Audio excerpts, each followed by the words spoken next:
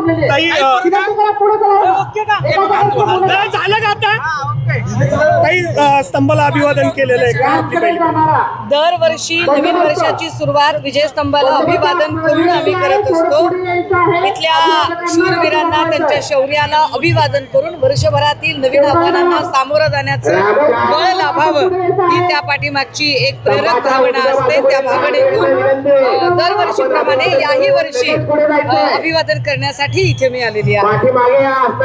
जुन्या शहरात अजित पवारांच्या राष्ट्रवादीकडून गुन्हेगारांच्या कुटुंबात उमेदवारी देण्यात आल्या, तर काही जेलमध्ये असलेल्या लोकांना देखील उमेदवारी देण्यात आल्या. एक म्हण आहे दादा आमच्या गावाकडे, ढवळ्या शेजारी पवळ्या बांधला वान नाही पण गुण लागला. ज्या भारतीय जनता पार्टी सोबत आता राष्ट्रवादी काँग्रेस अजितदादा यांनी संघ केलेला आहे, घरोबा केलेला आहे, त्या भाजपामध्ये मुळात सगळ्या प्रकारचे भ्रष्टाचारी, तडीपार, बलात्कारी, गुंड, गुन्हेगार आलेले आहेत. त्यामुळे जर भाजप आपल्या सोबत असेल तर आपण गुन्हेगारांना सुद्धा निवडून आणू शकतो. कारण साम दाम दंडभेद, ईव्हीएम सगळ्या स्वायत्त यंत्रणा आपल्या हाताशी आहेत.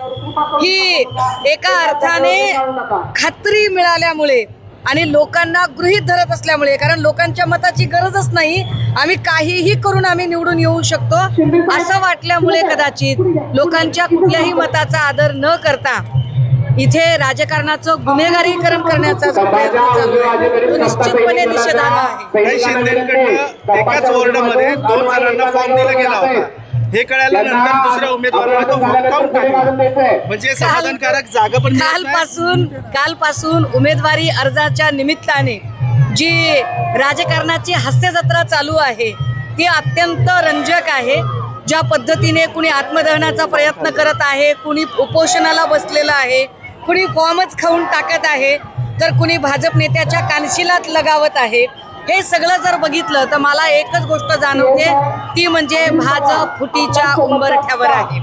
कारण काँग्रेस जेव्हा खूप ताकदवर झाली आणि काँग्रेसमधल्या अनेक लोकांना त्यांच्या महत्वाकांक्षेला धुमारे फुटायला लागले, तेव्हा काँग्रेसमधनंच हे सगळे पक्ष बाहेर पडले होते. जनता दल असेल किंवा आत्ताचा भारतीय जनता पार्टी असेल, हे सगळे काँग्रेसमधनं बाहेर पडलेले पक्ष आता भविष्यात सुद्धा भारतीय जनता पार्टी ही फुटीच्या उंबरठ्यावर आहे.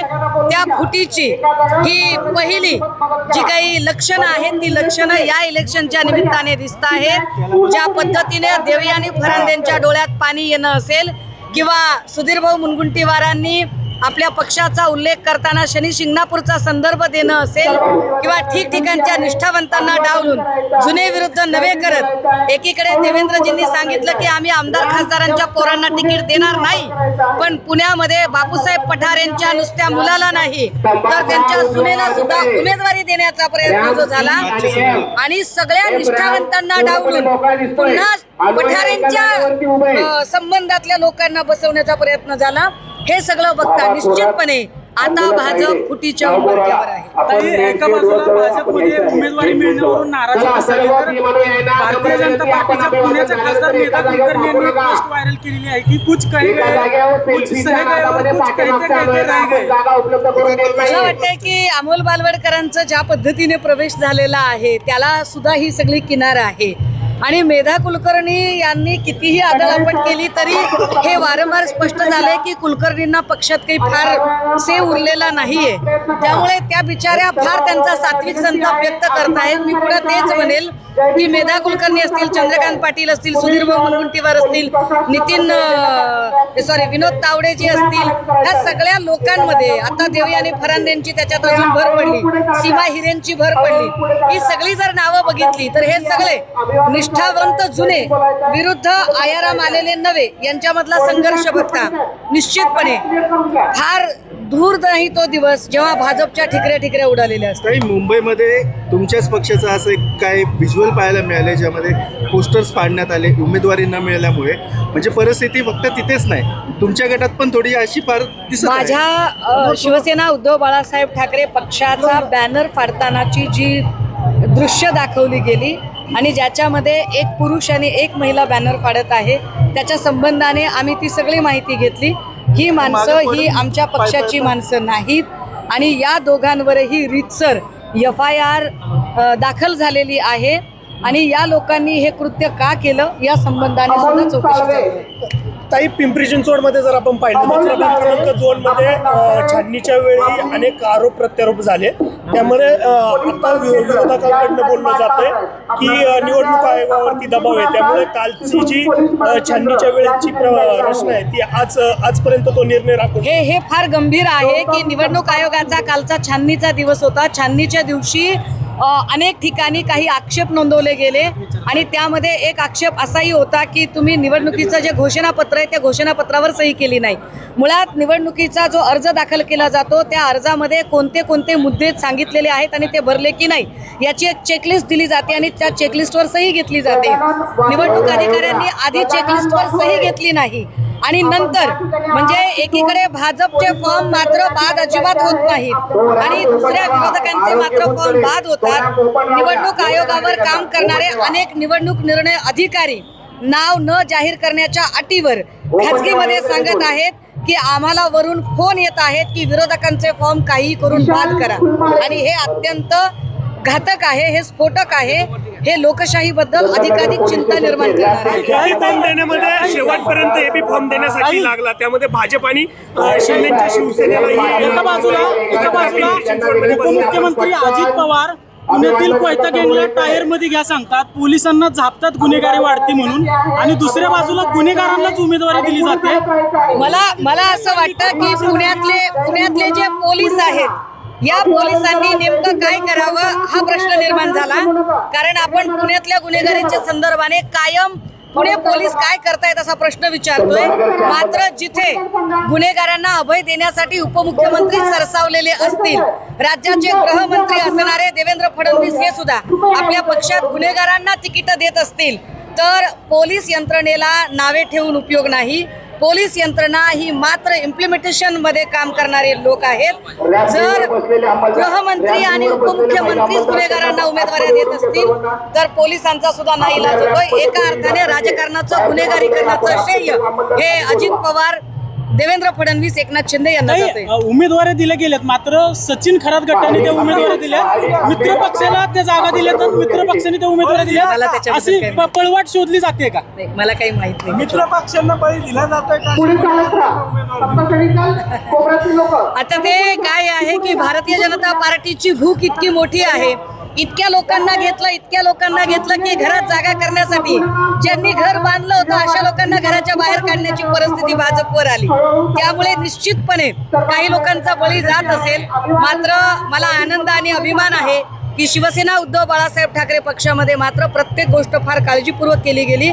आम्ही तब्बल 80-85 जागांवर सध्या पुण्यामध्ये लढत आहोत आणि प्रत्येक जागा काही ठिकाणी जर अशी परिस्थिती निर्माण झाली की 2 उमेदवार आहेत अशा वेळेला मातोश्रीवर त्यांना बोलवून त्यांच्याशी व्यवस्थितपणे चर्चा करून शक्य तेवढा तो रोष वाढणार नाही याची काळजी घेतली गेली.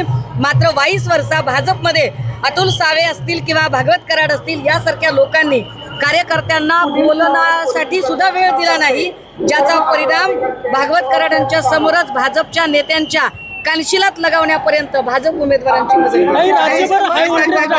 काँग्रेसने 64 जागा दिलेली आहे मुंबईमध्ये वंचितला आणि वंचित बऱ्यापैकी मुस्लिम आणि दलित वोट टार्गेट करतो. तुम्ही पण म्हणजे शिवसेनेने पण तोच वोट टार्गेट केले गेले. मला ऐका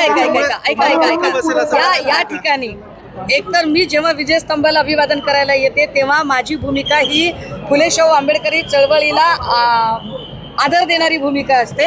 मला वाटतं वंचित बहुजन आघाडी असेल किंवा कुठलाही पक्ष असेल त्यांनी कोणत्या पद्धतीने निवडणूक लढवावी ही स्ट्रॅटेजी आखण्याचा पूर्ण अधिकार आहे. त्यावर आपण कोट करू शकत नाही. एक दुसरं असं की त्यांनी त्यांच्या पद्धतीने स्ट्रॅटेजी करावी, आम्ही आमच्या पद्धतीने करावी. मात्र भाजपा सेक्युलर मतांचं विभाजन करण्यासाठी जी खेळी खेळत आहे ती जर भाजपला असं वाटत असेल की ती आमच्या लक्षात येत नाही तर भाजप भ्रमात आहे. कारण आमचा नवाब मलिकांना विरोध आहे असं म्हणत अजितदादांना वेगळं लढवणारी भाजपा नेमकं काय राजकारण करत आहे हे सगळ्यांच्या लक्षात आलेलं आहे.